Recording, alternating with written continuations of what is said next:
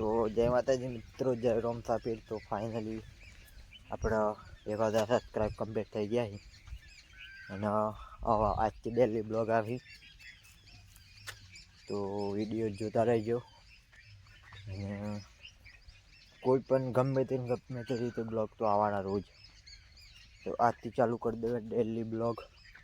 અને આજનો બ્લોગ તો ખેતરમાં આવી બાજરી ઉગી છે પણ ચકલા ખતોરી ખોઈ એના માટે ઉડાડવા માટે આવે છે હાલ. તો વિડીયોમાં કન્ટિન્યુ રહેજો. હમણાં કારો પાડ્યો હું તો ઉઠતા બાજરી જ ખોઈ જાનું હતા, બીજું ખાવા નહીં મળતું. પછી અત્યારે ચકલો બાજરી ખાઈ ગઈ, પાછી થોડી ઘણી થઈ હોય એ મોટી થઈ હોય એટલે વરસાદ વિતારો અને એ વખતે ચકલો વિતાર્યો. તો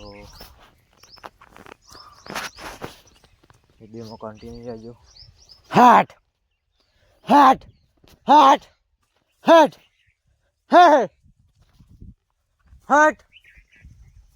તો અને પછી છેલ્લા આપણે જે થોડી ઘણી બાજરી મળી હોય એ વેચવા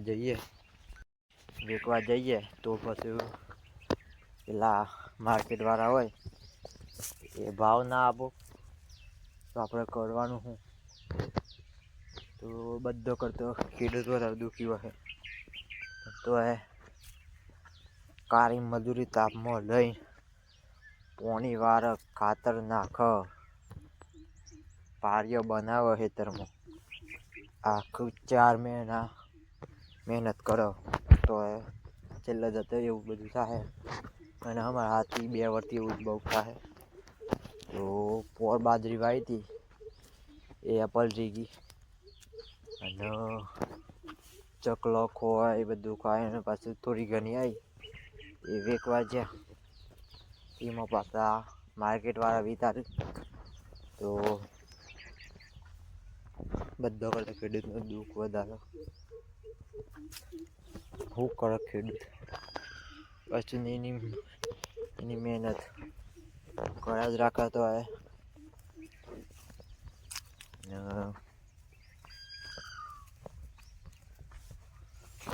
આ જો બધો કેટલો મેનિયા લગાવે. આ ફળ તો વારી મેનિયા લગાવે. રાત્રે રોજ ના આવો ભૂંડ ના આવો પા એ રીતે બહુ મહેનત કરો. રાતે જાગ બધું ખેડૂત કરે. સવારે વહેલા ઉઠ ચકલો ઉડાડવા આવે. બધા કરતા ખેડૂતનું વધારે દુઃખ.